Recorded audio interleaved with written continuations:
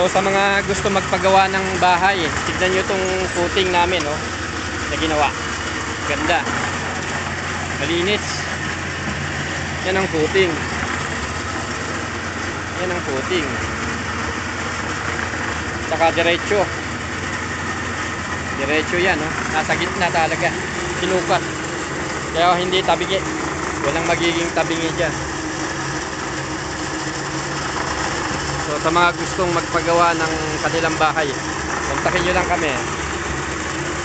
Soon, soon. Pwede tayong mag-coffee. Pwede tayong mag-usap. Okay.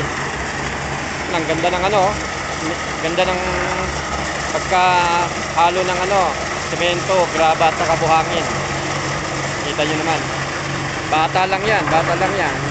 Siya ang nagmamanipulate yan.